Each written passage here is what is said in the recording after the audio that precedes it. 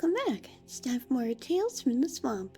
Today, we're going to be reading a book called Field Guide to Spriggans by Frastus of Elenir.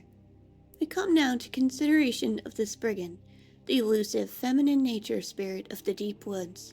Of course, we all know the name from the taunting children's joke that goes, "Guess what? What? Spriggan butt." But beyond this juvenile jest, what can scholarship tell us about these half-flora, half-fauna creatures? Unfortunately, though I have consulted with all the standard sources, the academics of Tamriel have very little to say about the Spriggans' whys and wherefores.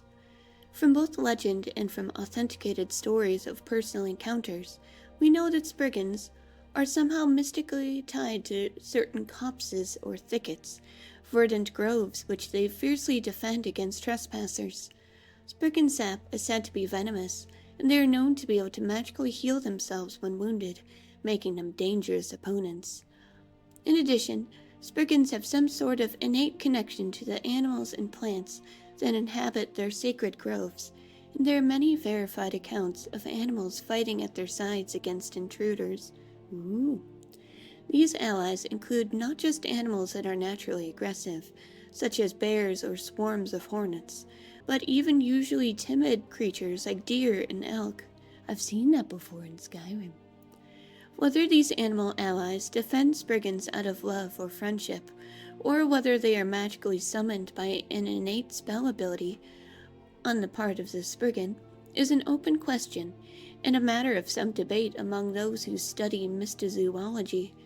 There is no doubt, however, that Spriggans are creatures of a magical nature, as is clearly evidenced by the powerful qualities of the so-called taproots that are harvested from their bodies when slain. These taproots are prized by alchemists for their undeniable arcane properties, which enable the concoction of complex potions from powerful reagents that are otherwise immiscible.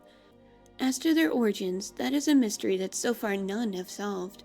We find accounts of Spriggan groves dating all the way back to the beginning of the First Era, as well as mention of tree daughters in the ancient myths of Ifre and the Earthbones.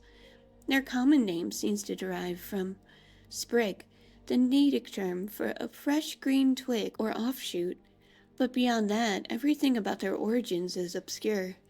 From a purely physical standpoint, Spriggans certainly come in several forms, with reports of a variety of barks and foliage.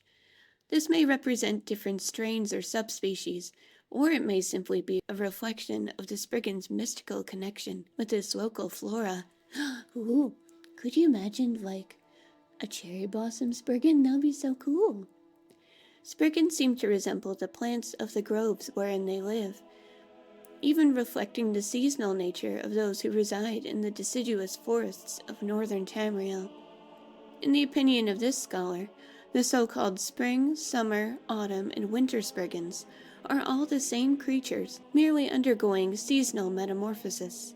Some have gone so far as to assert that Spriggans have a hierarchy, with lesser members of the species owing allegiance to the greater, who are sometimes termed Spriggan Matron, or even Spriggan Earth Mother. Here is where we must draw the line between scholarship and storytelling. Though a Spriggan's form outwardly resembles that of a human female, there is no evidence whatsoever in that they can engage in intelligent behavior, or that they can organize into hierarchical groups. The creatures in the natural world, even those that are quasi-magical, behave entirely according to instinct, and to endow them with human emotion or thought is mere sentimentalism. If you're partial to that sort of fanciful twaddle, I refer you to the works of Lady Cinnabar of Tanith, who produces it in great reams. Tell us how you really feel, author. Ooh. Hi, Inigo. What'd you think? Hi, Fiona. Ooh. What do you think of Spriggans? Aren't they cool? They're very magical. Thank you so much for joining me. I hope you have a very comfy night. Bye!